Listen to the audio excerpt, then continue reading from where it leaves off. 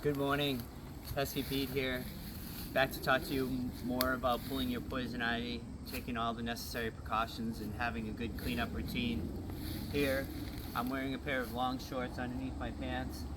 I have these really long socks on, go up to my knees. Big boots, 8-inch boots.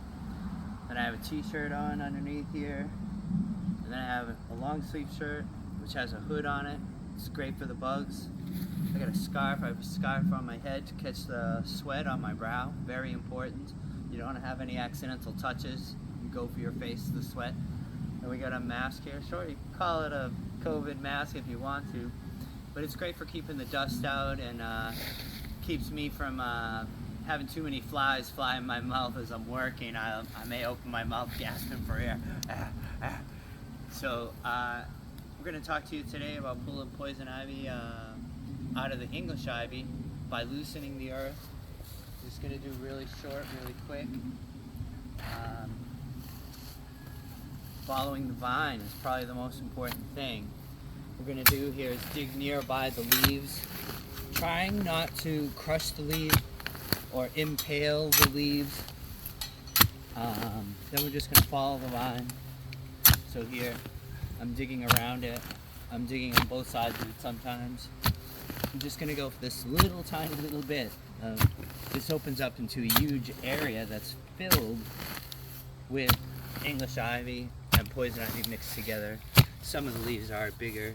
It opens up into an invasive patch of poison ivy, approximately 10 feet by 60 feet of knee-high poison ivy that we'll get to later. So here you go, gloves on gloves. Again, safety precautions. I'm already thinking about cleaning up at the end of the day. Cold water dish soap. We're dry with a terry cloth towel. We got the mask on. Keeps good for the dust. It's good for the heat. When I'm in the heat, I prefer wearing the mask. It's great for the bugs not flying in your mouth. Funny, but so here we have the poison ivy. Kind of classic, more spaded. Maybe hard to see this. There are black spots on the vine itself. They're very slight, but just like the spots on the gloves, this is the urshirol. After it oxidizes, when it's underground, it bumps into the other vines, bumps into the rocks and things, and it makes spots right on the plant. So we just take our time, kind of follow. Here it is, same. You know, you can tug on it a little bit. It's a good time. And then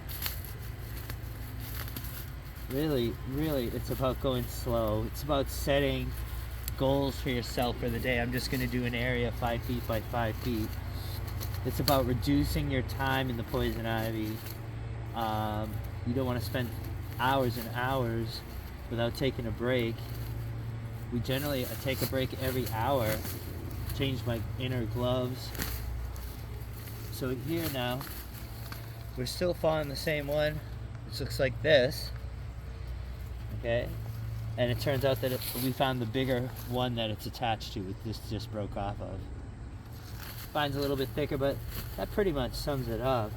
I mean, I didn't loosen the whole entire space, so the area that I had loosened, I've already run out of the loosened space, so this is already becoming harder to pull.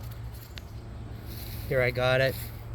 This has been pulled in the past. This is a piece that's been, they've had other people doing their poison ivy, that's okay, or they're doing it themselves.